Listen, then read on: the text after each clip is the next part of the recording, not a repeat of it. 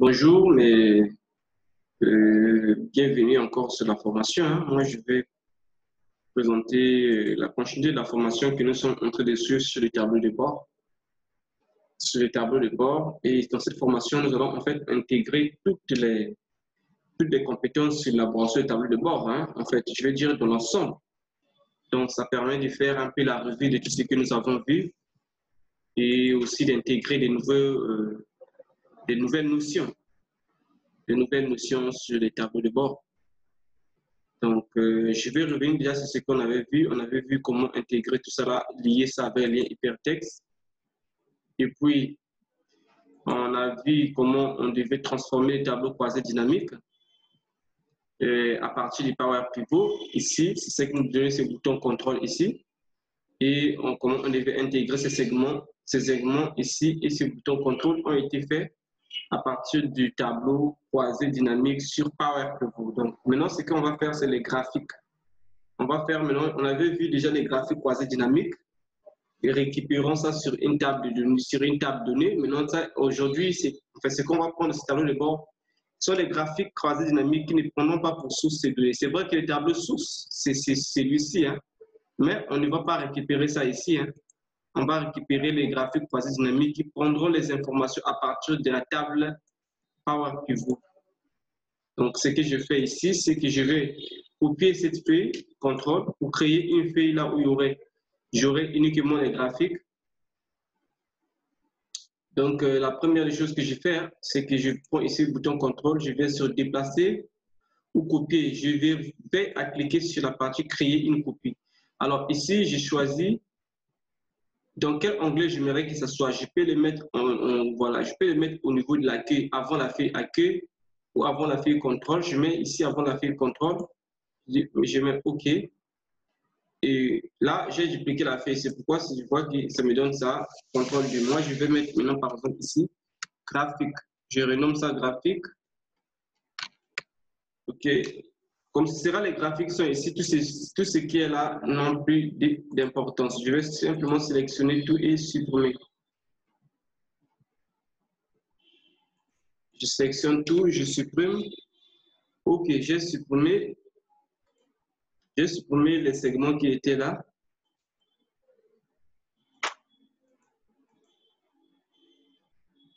Qu'est-ce que je ne veux pas? Maintenant que je l'ai supprimé, alors ici, je vais intégrer donc ce que j'ai dit, les graphiques croisés dynamiques. Moi, ce que je fais, je viens sur insertion, je vais insérer ta graphique croisé dynamique, utiliser la source de connexion externe, choisir, je viens sur table et je prends la table ici, il y a deux tables à l'intérieur. Je clique entrée,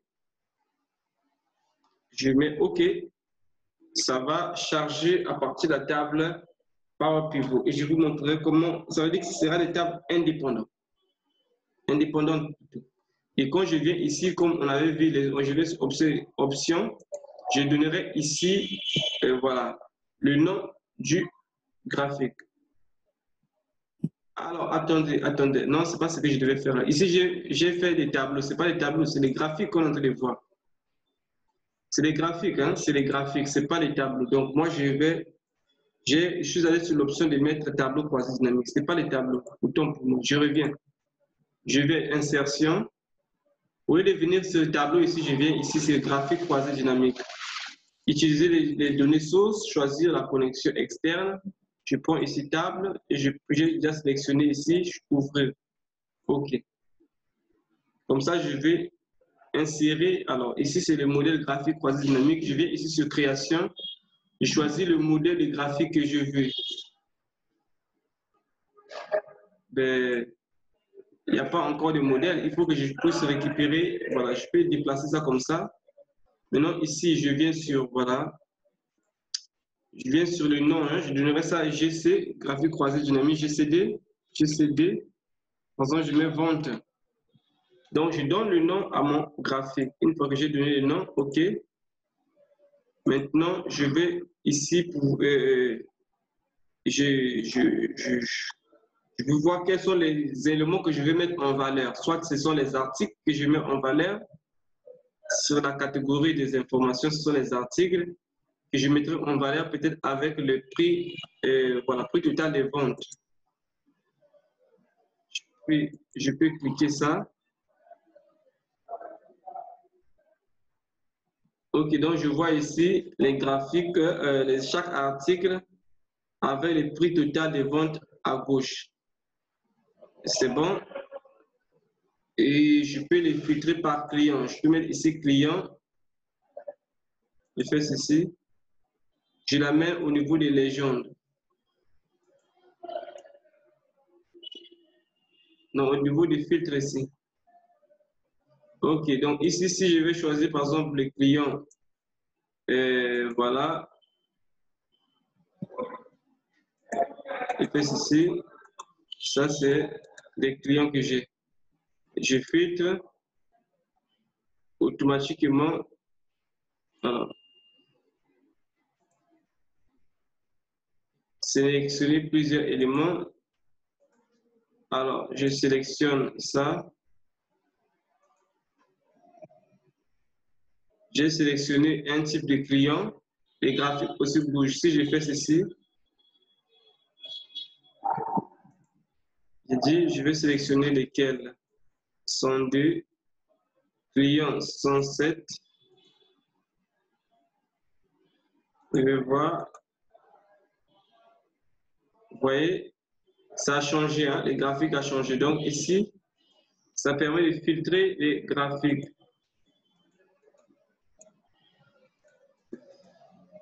Et bien, OK.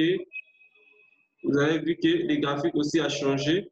Donc, ça change par rapport aux clients parce que j'ai filtré en termes de clients. Après que j'ai fait ça, je peux mettre une autre graphique ici. Je mets toujours insertion, graphique croisé dynamique. Et plutôt, qu'est-ce que je fais? Non, pas ça. Je viens sur graphique croisé dynamique. Je fais ceci. Utiliser sous externe, je choisis table. Je prends ça encore. Je mets OK. Cette fois-ci, je me prendrai un autre modèle de graphique. OK, sur ce modèle, maintenant, je vais récupérer, par exemple, mettre en valeur, ici j'ai mis les articles et les montants. Je peux mettre ici, par exemple, voilà. Je peux mettre ici en valeur. Autre aspect que je veux voir, par exemple, je choisis le numéro de commande. Le numéro de commande, je mets en annexe horizontale. Non, je vais mettre ça, supposons que je mette ça ici. Et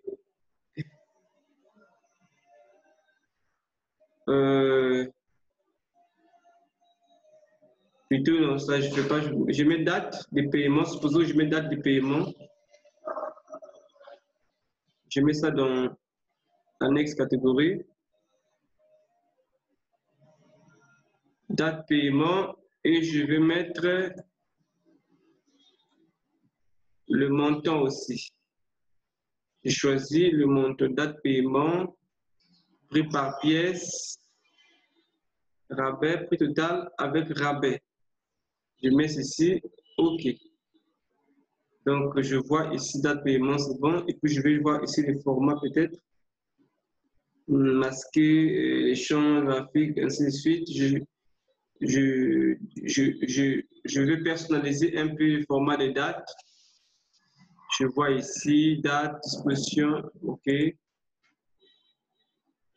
Date de paiement, OK.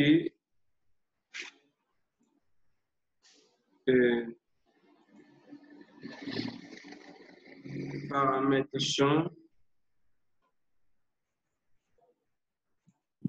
OK.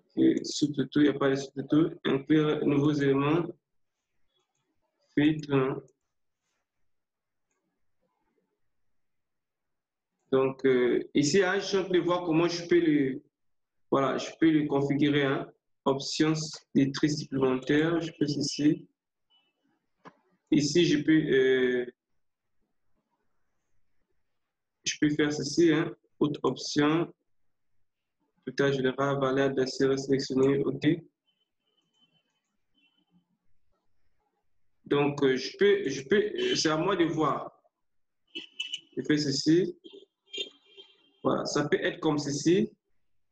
Alors, ici, moi, j'ai trié par rapport à la date de paiement. Et voilà. Et j'ai appliqué aussi d'autres options de filtrage de mes informations. Donc, ce que j'ai mis ici, option de filtrage supplémentaire, moi, j'ai mis en fait ascendant de A à Z, je ne mets pas. Ordre de source donnée, je mets ordre de source donnée, OK. Voilà, c'est revenu comme ça, sur l'ordre de source donnée, pas par ascendance. Si je vais faire par ascendance, je vais faire par ascendance. Ou je viens sur création ici, je vais choisir le modèle.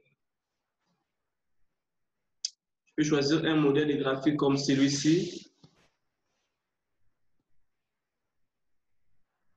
Je peux choisir ce modèle, comme je peux choisir un autre modèle. Voilà, je peux prendre ce modèle par exemple. Donc, ça, j'ai en fait mis en relief un autre type de tableau, mais je peux faire autrement aussi.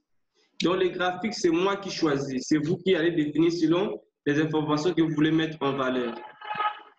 Après la mise en forme, on avait vu comment organiser ça pour mettre ça plus propre, plus professionnel, en fait, différemment présenté.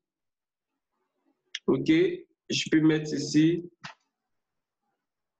Et pour faire la mise en forme, je vais voir, bon, voilà, quel type de format. Est-ce que je vais mettre ça en 3D? Je vais mettre ici, mon format doit être en 3D comme ça. Je fais ceci. Voilà, ça c'est moi qui vois. J'augmente ça un peu, OK. Donc, ça, ce n'est que des mises en forme, juste pour faire waouh, quand vous êtes, voulez sortir un tableau de bord très, très profond, qui va vraiment marquer l'esprit des gens. Au cours de la réunion, vous faites des formats un peu juste pour impressionner, en fait. Ça, c'est des formats juste des fantaisies pour impressionner, mais c'est pas ça qui est le vrai. Ça n'a pas de vraie importance. Mais sinon, c'est pour, voilà, pour donner un modèle très, très joli à voir. Donc là, j'ai mis les tableaux croisés dynamiques, mais vous voyez que ce tableau croisé dynamique n'est pas lié en fait avec les informations ici sur le bouton de source. Ces informations proviennent d'une table de données Power Pivot qui sont ici. Donc maintenant qu'on a fait ça, on peut maintenant ajouter d'autres boutons de contrôle pour optimiser ce que nous voulons qu'il soit sur notre rapport. Ok, je vous dis au prochain tutoriel où nous allons voir un peu comment intégrer d'autres aspects des boutons de contrôle sur VBA. Merci.